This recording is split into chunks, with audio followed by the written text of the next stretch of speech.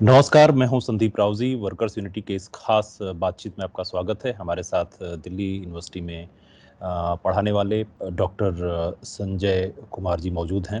भारत जैसे गरीब देशों के लिए या तीसरी दुनिया के देशों के लिए जो स्वास्थ्य व्यवस्था है वो कैसी होनी चाहिए? ये बिल्कुल 2 चीज़ें स्पष्ट दिखाई देती हैं कि जिन देशों में बाज़ार के हवाले या मंडी के हवाले स्वास्थ्य व्यवस्था है, मेडिकल सुविधाएँ हैं, वहाँ पे क्या रिस्पॉन्स रहा महामारी से निपटने में?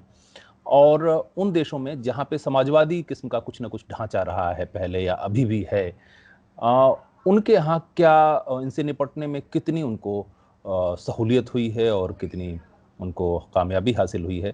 डॉक्टर साहब, आपका बहुत-बहुत स्वागत है इस चर्चा में। आपका लेख जो वर्कर्स यूनिटी पे अभी हम लोगों ने प्रकाशित किया है, उसमें भी इस बात का ज़िक्र आपने बड़ा विस्तार से किया है। उसमें एक कंपैरिज़न आपने किया है अमेरिका और क्यूबा के बीच में। उसी तरीके से भारत और बाकी जो चीन है उसका भी अगर कंपेयर हो जाए तो, क्योंकि अभी भारत और चीन बहुत चल रहा है। तो ख़ैर भारत-चीन तो हम लोग बाद में कर सकते हैं, लेकिन ये अमेरिका और क्यूबा एक 2 बिल्कुल डिफरेंट व्यवस्थाएँ हैं और वहाँ पे जो मेडिकल फैसिलिटीज़ हैं, या वियतनाम का भी आपने ज़िक्र किया था। कैसे आप देखते हैं इन दोनों व्यवस्थाओं को? देखिए, अमेरिका और क्यूबा इस रूप में हम उदाहरण ले सकते हैं कि दोनों में बिल्कुल विपरीत तरह की व्यवस्थाएं हैं। अमेरिका में व्यवस्था निजीकृत है। हालांकि वहाँ की सरकार पूरी जो खर्चा होता है स्वास्थ्य पे उसका करीब आधा सरकार देती है, लेकिन वो खर्चा भी प्राइवेट एजेंसियां के ज़रिए होता है। प्राइवेट अस्पताल हैं, बूढ़े वृद्ध लोगों के लिए जो केयर सेंटर हैं वहाँ हैं। तो सारा खर्चा जो एक्चुअली ग्राउंड पे होता है उसका बहुत बड़ा प्रतिशत निजी उपक्रमों द्वारा होता है। तो एक बहुत ही निजी स्वास्थ्य की व्यवस्था है। वहाँ पे क्या होता है कि हर व्यक्ति अपने स्वास्थ्य के लिए अंततः स्वयं जिम्मेवार है। अधिकतर जो लोग नौकरी में हैं वो बीमा लेते हैं। प्राइवेट बिजनेसमैन भी बीमा लेगा।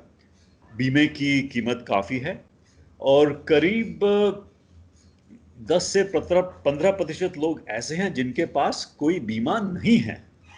मतलब ये, अगर वो बीमार पड़ गए तो उनके पास डॉक्टर के जाने की कोई सुविधा नहीं है, क्योंकि हर सुविधा के पैसे लगते हैं। तो क्या है कि स्वास्थ्य व्यवस्था के ऊपर जो निजीकृत बीमा कंपनियां हैं, दवाइयां बनाने वाली कंपनियां हैं, बड़े अस्पताल हैं, एक डॉक्टर्स के प्रोफेशन का कह लीजिए एक पूरा ग्रुप है, सुपर स्पेशलाइज्ड मेडिसिन का, उनका बोलबाला है एक तरह से उस व्यवस्था के ऊपर। और इस व्यवस्था के अंतर्गत दुनिया में सबसे अधिक खर्चा प्रति व्यक्ति किया जाता है, करीब $10,000, जो करीब 7.5 लाख रुपया प्रति व्यक्ति। तुलना करें तो दुनिया के बाकी विकसित जो देश हैं, जैसे जापान हुआ, जर्मनी हुआ, वहां पर अमेरिका के मुकाबले आधा खर्च होता है, क्योंकि वहां की जो स्वास्थ्य व्यवस्थाएं हैं थोड़ी ज्यादा समाजीकृत हैं। सरकार ज्यादा जिम्मा लेती है। इतना हर चीज को मंडी के रूप में खरीद फरोख्त करने का इतना बड़ा तंत्र नहीं है। क्यूबा इसके बिल्कुल विपरीत है। क्यूबा के संविधान के अंदर यह दिया गया है कि एक स्वस्थ शरीर हर व्यक्ति का अधिकार है, और समाज के एजेंट के रूप में राज्य वो उसको सीमाओं के भीतर प्रदान करेगा। तो किसी भी स्वास्थ्य व्यवस्था का कोई भी उसमें खर्चा नहीं है। लेकिन खर्चे की ही बात नहीं है, लेकिन दूसरी बात यह है कि इस तरह से स्वास्थ्य व्यवस्था को बनाया गया है जिसमें यह लगता है कि पूरा समाज की जो व्यवस्था है वह किसी भी बीमार व्यक्ति के लिए, चाहे वह वृद्ध हो, चाहे बच्चा हो, चाहे प्रसव में महिला हो, किसी भी व्यक्ति को जिसको आवश्यकता है किसी भी उपचार की, ऐसा लगता है कि पूरा समाज उसकी देखभाल करने के लिए तत्पर है। तो उदाहरण के लिए, जैसे वहाँ हर मोहल्ले में कम्युनिटी क्लिनिक है, वहाँ पे एक डॉक्टर होगा, एक नर्स होगी। और क्यूबा ऐसा देश है जिसके अंदर डॉक्टरों का प्रतिशत जनता के हिसाब से दुनिया में सबसे अधिक है। विकसित देशों के मुकाबले भी दुगने तिगने प्रति व्यक्ति वहाँ डॉक्टर हैं। तो करीब 700 व्यक्ति के ऊपर वहाँ पे एक डॉक्टर और नर्स उस क्लिनिक में रहते हैं, और यही नहीं कि वो नौकरी के रूप में जाते हैं, वहाँ सुबह गए और 2-3-4 घंटे काम करके वापस अपने घर आ गए। उनका घर भी उसी क्लिनिक के साथ है। तो वो जो समुदाय है, चाहे वो गांव हो सकता है, किसी शहर का मोहल्ला हो सकता है, किसी फैक्ट्री में वर्कर्स कॉलोनी हो सकती है, ये डॉक्टर और नर्स उस समुदाय का हिस्सा है। वो सामाजिक जो समुदाय है 200 500 700 1000 लोगों का, उसका एक हिस्सा है। और व्यवस्था इस तरह चलती है कि सुबह वो क्लिनिक खुला है तो लोग, अगर कोई बीमार है, वहां जा सकता है, और दोपहर के बाद डॉक्टर और नर्स की जिम्मेदारी है कि वो हर घरों में जाएं, लोगों को पूछें, उनसे मिलें कि भाई किसी को दिक्कत तो नहीं है। इस प्रकार क्या है कि स्वास्थ्य व्यवस्था और आम लोगों में एक परस्पर विश्वास का संबंध स्थापित होता है। लोगों को लगता है कि हमारे पास ये लोग हैं, डॉक्टर हमेशा 24 घंटे हमारे समुदाय में रह रहे हैं, कभी भी कोई दिक्कत होगी, हमें बिना किसी चिंता के हम कभी भी उनके दरवाजे पे खटखटा सकते हैं, वो हमारे को सहायता देने के लिए तत्पर हैं। तो ये एक व्यवस्था है जिसमें खाली राज्य ही नहीं, क्योंकि हम बहुत बार राज्य की बात करते हैं, असल में समाजवाद के अंदर राज्य समाज का ही एक अंग है। तो समाज इस प्रकार से तत्पर है कि वो किसी भी गरीब व्यक्ति को, किसी भी रोगी व्यक्ति को जो उसकी आवश्यकता है वो देने के लिए तत्पर है। जैसे कम्युनिज्म का सिद्धांत है, जिसको जितनी आवश्यकता है उतना दिया जाए। तो क्यूबा में हमें दिखाई देता है कि स्वास्थ्य को लेकर, और चीजें पे नहीं, स्वास्थ्य को लेकर ये कोशिश कॉन्शियसली, मतलब चेतन रूप से जिस तरह से व्यवस्था स्थापित की गई है कि आवश्यकता के अनुसार बिना किसी और मांग के वो स्वास्थ्य व्यवस्था उपचार की जाए। तो इस रूप में अमेरिका और क्यूबा एक दूसरे के बिल्कुल विरोधी हैं, देखा जाए तो। स्वास्थ्य व्यवस्था जो चल रही है, जो उसकी परिकल्पना है, और हमें दिखाई देता है कि क्यूबा के अंदर प्रति व्यक्ति जो खर्चा है वो अमेरिका से करीब 10 गुने से भी कम है। लेकिन क्यूबा के जो स्वास्थ्य के आंकड़े हैं, मतलब वहाँ जो अपेक्षित आयु कितनी है, एक व्यक्ति अगर बच्चा पैदा होता है तो वहाँ क्यूबा में करीब 80 साल की उसकी अपेक्षित आयु है इस समय, अमेरिका में उससे कम है। ठीक है। चाइल्ड मोर्टेलिटी, जिसमें अगर बच्चा पैदा हुआ है तो पहले साल के अंदर क्या संभावना है कि वो बच्चे की मृत्यु हो जाएगी किसी भी कारण से, क्यूबा में अमेरिका से कम है। तो क्यूबा ऐसा समाज है जिसमें आर्थिक विकास से बिल्कुल हिंदुस्तान की तरह करीब करीब मध्यम आय का देश है वो भी, लेकिन अपनी स्वास्थ्य व्यवस्था के कारण क्यूबा अपने देश के नागरिकों को दुनिया के बहुत अच्छे स्वास्थ्य व्यवस्था प्रदान कर रहा है अमेरिका के मुकाबले। तो यहाँ पे हम बिल्कुल देखते हैं, देख सकते हैं, तुलना कर सकते हैं किस प्रकार की स्वास्थ्य व्यवस्था जो हमारी आवश्यकता है, और ये आवश्यकता किसी वर्ग विशेष की नहीं है, ये मानवीय आवश्यकता है कि हर मनुष्य को एक स्वस्थ शरीर मिलना चाहिए, अगर बीमारी हो तो उसका उपचार होना चाहिए। जो मानवीय आवश्यकता है, ये किस प्रकार एक देश की स्वास्थ्य प्रणाली प्रदान करती है और दूसरे देश की स्वास्थ्य प्रणाली, क्योंकि वो मंडी आधारित है, क्योंकि वो हर स्वास्थ्य व्यवस्था को खरीदना पड़ता है, चाहे बीमे के जरिए है या अपनी जेब से पैसा खर्च करके, इस कारण वो स्वास्थ्य व्यवस्था, ये मानवीय आवश्यकता वो किस प्रकार से पूरा नहीं कर पा रही है। तो ये हमें दिखाई देता है। और हमें ये भी देखना चाहिए कि जिस प्रकार से दुनिया के अंदर स्वास्थ्य की बात होती है, वो भी बहुत अधिकतर विचारधारा के ऊपर निर्धारित होती है। डॉक्टरों की भी विचारधारा है, विश्लेषकों की भी विचारधारा है। मैं उदाहरण देना चाहूंगा कि पिछले साल एक रिपोर्ट बनाई गई थी जिसके अंदर ये कहा, जिसमें दुनिया भर की स्वास्थ्य व्यवस्थाओं के विश्लेषण के जरिए ये कहने की कोशिश की गई थी कौन से देश हैं जो कोई महामारी आती है तो उसका सामना करने के लिए सबसे अधिक तैयार हैं। 2 देश, नंबर 1 अमेरिका यूएसए, दूसरा यूनाइटेड किंगडम। ठीक है। इन दोनों ही देशों की कोरोना के अंतर्गत बहुत खराब हालत हुई है। यहाँ के आम लोगों की, बहुत लोगों की मृत्यु हुई है। ठीक है। इंग्लैंड के अंदर करीब 80 वर्ष से आयु के करीब 1% लोगों की मृत्यु हुई है कोरोना से। यूएसए इस समय दुनिया में सबसे अधिक, करीब 1.25 लाख लोगों की मृत्यु हो गई है यूएसए के अंदर, अमेरिका के अंदर। ठीक है। तो हम देखते हैं जिस प्रकार से जो विश्लेषक हैं, चिकित्सा के विश्लेषक जो एनालिसिस करते हैं, उनके सोचने के ढंग में भी किस प्रकार से ये जो निजीकृत सेवा की प्रणाली है इसका बोलबाला है, जो वास्तविकताएं हैं उसको वो नहीं देखते। तो ये जो पूरा मंडी का खेल है वो हमारे वास्तविक जीवन पे तो असर डालता ही है, लेकिन जिस तरह से खबरें दिखाई जाती हैं, जिस तरह से विश्लेषक विश्लेषण करते हैं, उसके अंदर भी इस मंडी की विचारधारा का हमें पूरा बोलबाला दिखाई देता है। तो निश्चित रूप से इस तरह के विश्लेषक आपको आगे का रास्ता नहीं दिखाएंगे। ये जैसे एक तुलनात्मक इसमें एक कुछ देशों का है। जो पहला कॉलम है ये वाला, इसके अंदर है संख्या प्रति 10 लाख कितने लोगों को कोविड का, कोरोना का रोगी पाया गया जो टेस्ट हुए हैं। ठीक है, तो उसमें आप कंपैरिजन कीजिए। संयुक्त राज्य में करीब पिछले हफ्ते का सूचना है, अब थोड़ी और ज्यादा होगी, करीब 13,000 लोग संयुक्त राज्य में प्रति 10 लाख से कोरोना से पीड़ित हैं। जर्मनी में इसके करीब 1/4 से भी कम। ठीक है, जापान में देखिए खाली 13,000 के मुकाबले 221, क्यूबा में 218 और वियतनाम में खाली 4।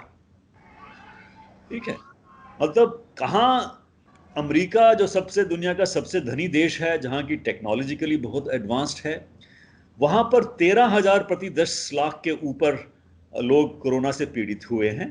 और वियतनाम, जिसकी प्रति व्यक्ति आय हिंदुस्तान से भी 10% कम है, वहां पर 13,000 के मुकाबले खाली 4 व्यक्ति प्रति 10 लाख पे पीड़ित हुए हैं।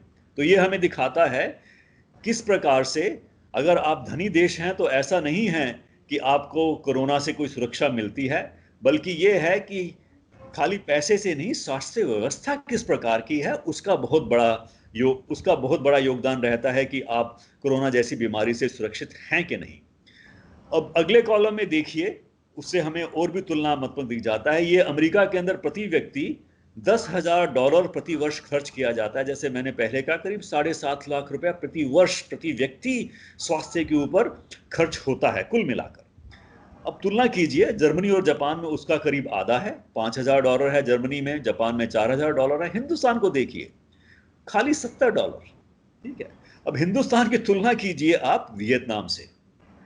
वियतनाम की प्रति व्यक्ति आय हिंदुस्तान से कम है, लेकिन फिर भी प्रति व्यक्ति वो दुगना खर्चा कर रहा है स्वास्थ्य के ऊपर। और इसी प्रकार आप हिंदुस्तान और क्यूबा की तुलना कीजिए। क्यूबा के अंदर प्रति व्यक्ति करीब 15 गुना ज्यादा खर्चा हो रहा है स्वास्थ्य पर। और ये जो आखिरी कॉलम है, ये है प्रति व्यक्ति आय का। तो हिंदुस्तान में करीब $6800 है प्रति व्यक्ति और क्यूबा की $7800 है। ऐसा नहीं है कि बहुत ज्यादा है, क्यूबा करीब 20% हिंदुस्तान से ज्यादा आय है, लेकिन 20% आय ज्यादा खर्च करने वाला भी देश स्वास्थ्य के ऊपर 15 गुना अधिक खर्च कर रहा है। ठीक है, तो यह आपको दिखाता है ये क्यूबा और वियतनाम जैसे देश जिनका एक समाजवादी इतिहास रहा है, जिनकी सरकारों ने शुरू से ही सोचा है कि भाई आम लोगों के लिए शिक्षा, स्वास्थ्य प्रदान करना हमारे राज्य की प्रमुख जिम्मेदारी है। इन देशों ने किस प्रकार से स्वास्थ्य को केंद्रीकृत रखकर अपनी योजनाएं बनाई हैं, अपनी व्यवस्था बनाई है, और उसका हमें स्पष्ट रूप से दिखाई देता है। वियतनाम हमसे गरीब है, उसकी आय हमसे 10% कम है, लेकिन एक औसत वियतनामी हमारे देश के मुकाबले 8 वर्ष अधिक जीता है। हमारे देश में अपेक्षित आयु जो बच्चा पैदा होता है उस समय 68 साल तक अपेक्षित आयु है, वियतनाम में 76 साल है। स्पष्ट दिखाई देता है हमारे देश की जो स्वास्थ्य व्यवस्था है वो निजीकृत है, वो अधिकतर अमीर लोगों तक ही अपनी सुविधाएं देती है। हमारे एक तरफ 5 स्टार हॉस्पिटल हैं जिनका माहौल दुनिया भर के बढ़िया अस्पतालों जैसा है, अच्छे बड़े बड़े कमरे मिलेंगे आपको, आलीशान कमरे दिखेंगे। दूसरी तरफ लेकिन वो खाली 2 या 3% आबादी के लिए ही हैं और उनके ऊपर स्वास्थ्य का ज्यादातर खर्चा हो रहा है। अधिकतर 90% आबादी के लिए स्वास्थ्य के नाम पर नाम मात्र की सुविधा नहीं है। इसीलिए हमारे देश के स्वास्थ्य के आंकड़े गरीब इतने खराब हैं और हमारे से गरीब मुल्क भी जो हैं वो अपने देश के नागरिकों को हमसे बेहतर स्वास्थ्य की सुविधा प्रदान करने में सक्षम है। तो ये कुछ है आंकड़े जो हमें दिखाते हैं कि हमें खाली ये नहीं देख लेना चाहिए कि महामारी आई, ये तो कोई प्रकोप है या प्राकृतिक प्रकोप है। नहीं, प्रकृति का भी उसके अंदर एक है हाथ, लेकिन असली बात यह है कि किसी देश की स्वास्थ्य व्यवस्था, जो लोग बीमार हैं उनको किस प्रकार से स्वास्थ्य के साधन प्रदान करती है, वो बहुत महत्वपूर्ण है। तो इसमें एक कॉलम और है शायद कि जीडीपी के कितना प्रतिशत स्वास्थ्य बजट पे खर्च किया जाता है, बहुत महत्वपूर्ण और वो एक महत्वपूर्ण पैमाना है, वो एक इंडिकेशन है कि वो सरकारें या वो देश कितना ज्यादा कैपेबल थे उसको किसी महामारी का मुकाबला करने में। हाँ, देखिए ये है कि स्वास्थ्य के अंदर जैसे हम देख सकते हैं कि जो सरकारी खर्चा है वो कुल जीडीपी का कितना है, तो संयुक्त राज्य में और अमीर देशों में अधिकतर ये काफी अधिक रहता है। ठीक है, तो ये देखिए जैसे संयुक्त राज्य में 8.5% है, 8.5% है, जर्मनी में 8.7% है, हिंदुस्तान में मात्र 1% है। आप कह सकते हैं हिंदुस्तान गरीब मुल्क है, भाई हमारी जो प्राथमिकताएं अलग हैं, लेकिन ऐसी बात नहीं है, क्योंकि भारत से भी क्यूबा 1% के मुकाबले 10.5% अपना जीडीपी सरकारी खर्च है वहां पे, वहां अधिकतर 90% से ज्यादा सरकारी खर्च ही होता है। वियतनाम हमसे करीब 3 गुना ज्यादा एक गरीब मुल्क होने की बजाय वियतनाम की सरकार कुल घरेलू उत्पाद का 3 गुना ज्यादा हिंदुस्तान से अधिक खर्च करती है। ये स्पष्ट दिखाता है कि हमारी सरकार की प्राथमिकता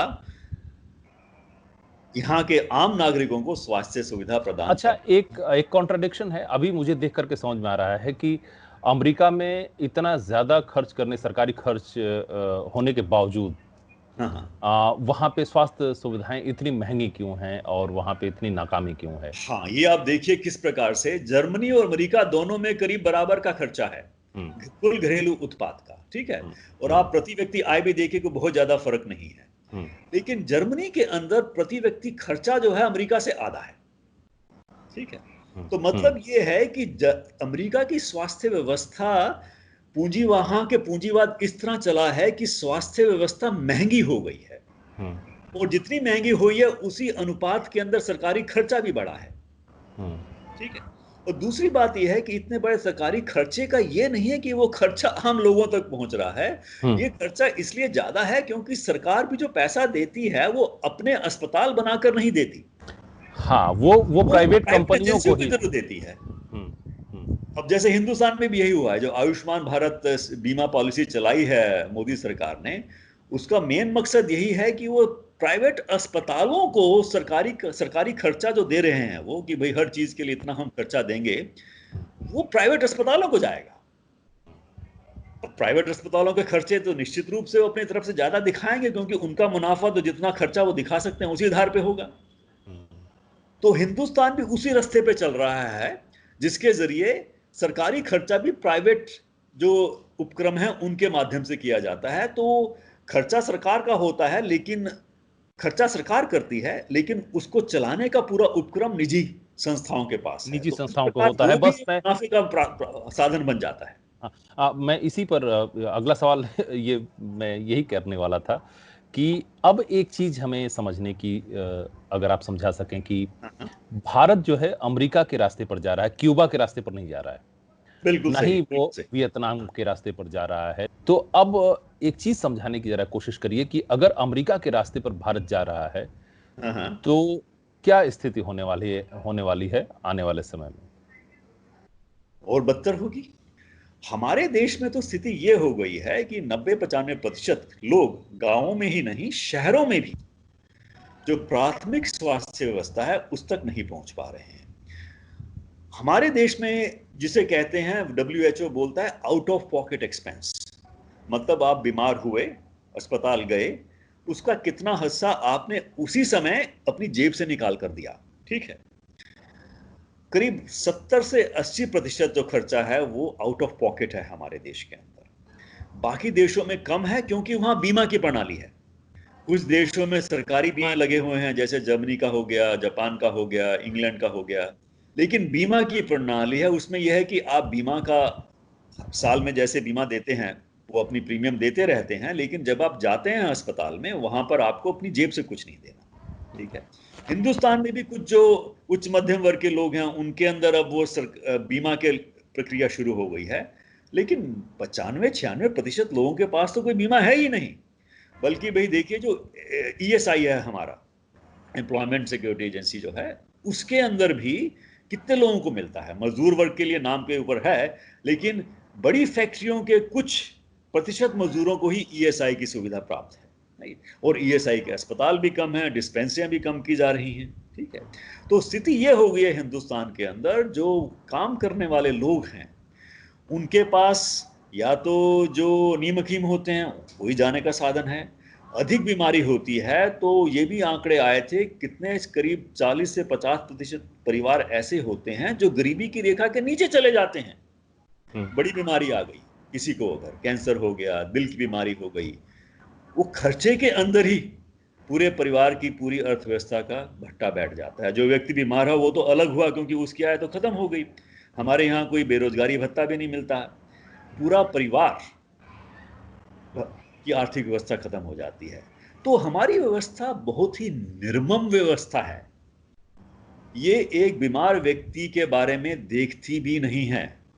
हम अपने समाज में देखते हैं एक्सीडेंट होता है, बहुत कम लोग हैं जो रुक के उसकी जो पीड़ित है उसकी सहायता करते हैं, वो तो हमें दिख जाता है, राइट। एक एक्सीडेंट के मुकाबले सैकड़ों ऐसे मजदूर, ऐसे सैकड़ों ऐसे किस्से हैं हमारे देश में। आप किसी भी अस्पताल में जाइए, बच्चे, बूढ़े, प्रसव की महिलाएं, क्या स्थिति है। क्या हमारा समाज हमसे गरीब मुल्क एक बेहतर व्यवस्था देने को दे सकते हैं? वियतनाम के अंदर प्रति 10,000 के ऊपर 39 अस्पताल के बिस्तरे हैं, हमारे में 5 या 6 बिस्तरे हैं। क्यों नहीं दे सकते हम? अगर कोई जो बीमार होता है, क्यों आप देखते हैं कि गोरखपुर के अंदर मेनिंजाइटिस आता है, कुछ आता है, उसके अंदर एक एक बिस्तरे के ऊपर 4-4 बच्चे बैठे हुए हैं और जमीन के ऊपर लेटे हुए हैं बिस्तर। ये मानवीय समाज की समस्या है। ये वास्तविकता है कि हमारा समाज, हमारे समाज के शासक वर्ग निर्मम है। उस कारण ये स्थिति पैदा हुई है और ये इस कारण आगे बढ़ेगी, क्योंकि जिस रास्ते पे ये जा रहे हैं, अमीर लोगों के लिए अच्छे अच्छे अस्पताल बनेंगे, निजीकृत अस्पताल बनेंगे। आपने जैसे पहले चर्चा की, इवन कोरोना के टेस्ट का पैसा देना पड़ता है। अब ये गरीब व्यक्ति जिसकी नौकरी भी चली गई, उसको मार्च से कुछ खाने को भी नहीं मिल रहा, वो क्या गरीब कोरोना का टेस्ट करवाएंगे क्या? उनके पास इतना सुविधा है, जाके कोरोना का टेस्ट कराएंगे, वो तो जो स्थिति है वहीं पे रहेंगे। तो ये जो हमारी पूरे समाज की निर्ममता है, जिन व्यक्तियों को जरूरत है उसको हमारा समाज बिल्कुल देखता ही नहीं, दरनिकार करता है, वो दर्शाता है। और हम तरह तरह से देखते हैं इस बात को। करोड़ों जो हमारे श्रमिक लोग हैं जो शहरों में काम करते हैं, जब लॉकडाउन हुआ उनकी क्या हालत हुई थी। कितने कितने किलोमीटर चल के, सैकड़ों किलोमीटर चल के लोग अपने गांव में घर पहुंच पाए थे, और हमारी सरकार ने कुछ नहीं किया, समाज ने कुछ नहीं किया। वो तो उनका अच्छा सेंस था। ये सब उस समय कह रहे थे कि जाने की क्या जरूरत है, वहीं रुकें। लेकिन वो एक श्रमिक वर्ग की अपना एक सिक्स सेंस होता है, वो भांप गए थे और वो उसी समय निकल गए थे। नहीं तो इस समय तो और बुरी हालत होती है और फिर उनका कोई देवनहार नहीं होता। और ये देखिए कि ऐसा हमेशा ये बोल दिया रहे हमारी सरकार के पास पैसा नहीं है। अरे बांग्लादेश ने वहां के मजदूर वर्गों को दुगना पैसा दिया है जितना हिंदुस्तान की सरकार ने खर्च किया है, और बांग्लादेश के प्रति व्यक्ति आय करीब हमसे आधी से थोड़ी ज्यादा है। तो बिल्कुल निर्भर करता है सरकार का, शासक वर्ग का, देश की बड़ी जो व्यापक जनता है उसके प्रति क्या एटीट्यूड है। अंतिम सवाल पे आ जाते हैं और चीन के मसले को। चीन में 1,000 बेड का, वहां पे भी वो एक तरीके से अमेरिकी जो तरीका है वही लागू किया गया है कि वहां पे भी स्वास्थ्य सेवाएं कोई वैसी नहीं हैं। वहां पे भी पूंजीवादी तरीके से ही बाजार ही तय करता है। लेकिन फिर भी एक बड़ी चर्चा हुई कि 10 दिन के अंदर 1,000 बेड चीन ने खड़ा कर दिया था। तो और भारत भी अमेरिका की ही, चीन से मुकाबला करता है और भारत की अमेरिका की राह पर चल रहा है। तो भारत और चीन के जो स्वास्थ्य का जो वो है तुलनात्मक, अगर एक पर्सपेक्टिव अगर आप रखें, क्या है कि चीन निश्चित रूप से पूंजीवादी रास्ते पे जा रहा है, लेकिन वहां का कीजिए समाजवादी क्रांति का एक कह लीजिए एक इतिहास है, और उस इतिहास का एक पक्ष यह है कि जो राज्य व्यवस्था है अपनी वैधता प्राप्त करने के क्या साधन लगाती है। ठीक है, तो हमारे देश में देखिए मंदिर की बात हो जाती है, धर्म की बात हो जाती है, अंधराष्ट्रवाद की बात हो जाती है, 56 इंच की छाती हो गया, इस तरह की बात हो जाती है। उसके आधार पर सरकार जो है, जो राज्य जो है, अपनी वैधता की कोशिश करता है। चीन की समाजवादी क्रांति का मुझे लगता है एक इतिहास अब तक, आगे क्या होगा कहना मुश्किल है, यह रहा है कि सरकार ये बताने की कोशिश करती है कि जो सब चीनी लोग हैं उनकी देखभाल हम करेंगे, तो जिम्मेदारी का एक उसमें आभास देते हैं। तो उसके चलते चीन में भी स्वास्थ्य के लिए कर सरकार की तरफ से एक जिम्मेदारी का बोध है। और पे जैसे चीन दुनिया का एकमात्र देश रहा है जिसके अंदर गरीबी, अति गरीबी जिसे हम कहते हैं, उसको पिछले 30 वर्षों में करीब करीब खत्म कर दिया गया है, समाप्त हो गई है, क्योंकि गरीब से गरीब लोग का भी जीवन स्तर काफी बढ़ा है। चीन के अंदर आर्थिक असमानता भी बढ़ी है, क्योंकि जिस अनुपात में आर्थिक अर्थव्यवस्था का विकास हो रहा है, उस विकास को सब लोगों के अंदर बराबर नहीं बांटा जा रहा, क्योंकि वो भी पूंजीवादी रास्ते पर चल रहा है। लेकिन फिर भी सरकार ये कोशिश करती है कि पूंजीवाद के जो सबसे विभत्स पक्ष हैं उनको थोड़ा दबाया जाए, क्योंकि सरकार की वैधता अभी भी इस पे आधारित है कि भाई हम सब लोगों का ध्यान रखते हैं। तो उसके कारण ये हुआ कि जैसे चीन के अंदर भी, वुहान के अंदर लॉकडाउन हुआ, ठीक है, जैसे हिंदुस्तान में भी हुआ, उन्होंने जिम्मेदारी ली, और वहां की जो कम्युनिस्ट पार्टी है उनकी इकाइयां हर मोहल्ले में स्थापित हैं, जिम्मेदारी ली कि हम किसी भी व्यक्ति को भूखा नहीं मरने देंगे। जो भी आवश्यकताएं हैं खाने की, दवाइयों की, तो वहां की कम्युनिस्ट पार्टी के सदस्य जो स्थानीय थे, और बल्कि ऐसे भी डॉक्टर, नर्स जो बाकी चीन के हिस्सों से आए, उस प्रदेश के अंदर लॉकडाउन के अंदर है, उसकी सहायता करने के लिए। तो ये एक उनका पक्ष रहा जिसके अंदर उन्होंने दिखाने की कोशिश की कि भाई जो लोग कोरोना के समय में ये स्थिति है, पूरा देश और राज्य उन पीड़ित लोगों के जो भी आवश्यकता है उसके लिए तत्पर है। हमारे देश में बिल्कुल नहीं दिखाई दिया। हमारे देश में तो लॉकडाउन की घोषणा कर देगी, उसके बाद मजदूर वर्ग कहाँ जाएगा, कैसे जाएगा, किसको खाने को मिलेगा, किसको नहीं खाने को मिलेगा, उसके बारे में चुप्पी साध ली गई। ठीक है, तो इस रूप के अंदर हम देखते हैं कि पूंजीवादी रास्ते पे चलने के बावजूद चीन में अभी भी यह स्थिति है कि वो आम लोगों को इतनी विभत्स स्थिति में नहीं डालते कि उनके पास खाने का ना रहे, उनको रोजगार का अति संकट पैदा हो जाए, और उनको सैकड़ों किलोमीटर, बच्चों तक को, परिवार के परिवार बच्चे को कंधे पे उठाकर सैकड़ों किलोमीटर चले हैं। इस तरह का दृश्य जो हमने देखा इस देश, हमारे देश के अंदर, वो मुझे नहीं लगता दुनिया के किसी भी देश में हो पाएगा। उसका कारण ये है कि हमारे राज्य व्यवस्था बिल्कुल निर्मम हो गई है। उसको कोई फर्क नहीं पड़ता कि इतने करोड़ों लोग बेघर हैं, उनके पास स्वास्थ्य व्यवस्था कोई फर्क। वियतनाम का बहुत विरोध, बिल्कुल ही अलग जैसे वहां पे स्वास्थ्य व्यवस्था के लिए सरकार, वियतनाम भी पूंजीवाद से रास्ते पर चल रहा है, लेकिन फिर भी एक सीमा तक। और वहां में आंकड़े दिखाते हैं, वहां पर कोरोना से किसी व्यक्ति की मृत्यु नहीं हुई, कोरोना क्या के वियतनाम में वियतनाम पीड़ित का दर दुनिया में सबसे कम है।